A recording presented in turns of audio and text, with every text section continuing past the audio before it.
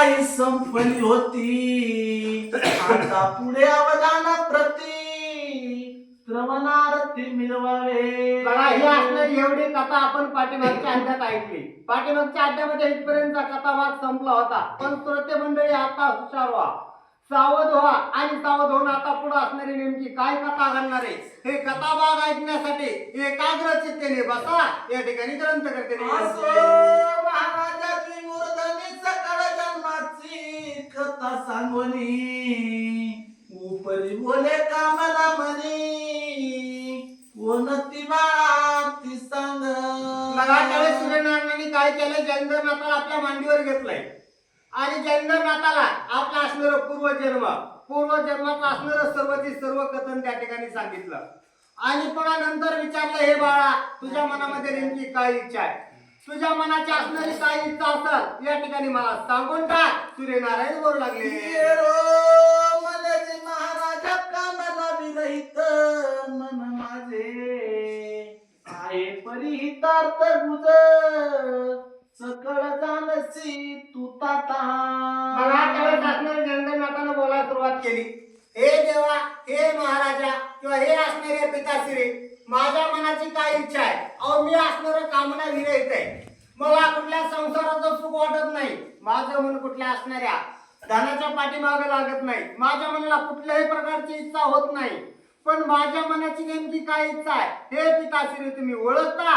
जयंद्रनाथ बोलू लागले, देहाची झाली प्राप्ती तरी सार्थक होती माझ्या हाती नाही तरी आले तैसे जाती ऐसे न करी महाराजा.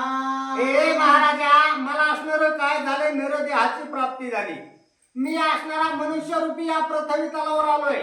पण पृथ्वी तलावर जरी मनुष्य रूपात आलो असेल तरी माझा या जन्माचा सुद्धा सार्थक व्हावं, मी माझा जन्म चांगल्या सत्कर्मासाठी लावावा, कुठंतरी माझा जन्म असणारं चांगल्या कार्यासाठी निघून जावा. कारण मला असणारं बाकी कुठल्याही कार्याची गरज नाही किंवा मला असणारं कुठल्या गोष्टीची चिंता नाही. माझा जन्म कसा चांगल्या कामाला लागल याचं तुम्ही नियोजन करा. तो जयंद्रनाथ बोलू लागले, उदक कुंभ साचार येते न तो जळ उसके जेते परितयाचा विस्तार माहिते काही एक मिळवेना. बघा त्यावेळेस सांगले, हे महाराजा, अवय असणारे पृथ्वी आणि पृथ्वीवर 3 हिस्से भाग असणारा पाण्यानं गुंतलेला आहे. एका भागामध्ये फक्त असणारं पृथ्वी जनजीवन आहे, पण 3 हिस्से भागात पाणी असताना ते कोणाच्या उपयोगी येत नाही किंवा त्याचा काही उपयोग होत नाही. तसं माझ्या जीवनाचं होऊ देऊ नका. मी जरी मनुष्य रूपात असेल तरी माझं जीवन सार्थक करा. जयंद्रनाथ बोलतात, व्यर्थ जन्माने मला ना किल्लाचे भाते भरून बाणाईचं ग्रंथी करचून व्यर्थसीन वृक्ष भाते. बाबा त्यावेळेस सांगलं, बाबा माझा असणारा जन्म आहे, कारण या पृथ्वीवर कित्येक असणारे जीव जन्माला येतात, कित्येक जीव असणारे मरून पावतात. जन्माला येतात आणि मरतात म्हणजे व्यर्थच जातात, कुठलं जीवनाचं सार्थक करत नाही. कशा प्रकारे जसं लहोराचं वाहता असते, किती बी दिवस फिरवा किती बी दिवस फिरवा ते असणारं फिरायचं तिथेच फिरतंय जागेवर, त्याला पुढे जाता येत नाही. आणि तसं माझं जीवन या ठिकाणी जागेवर राहू देऊ नका, माझं काहीतरी कल्याण करा.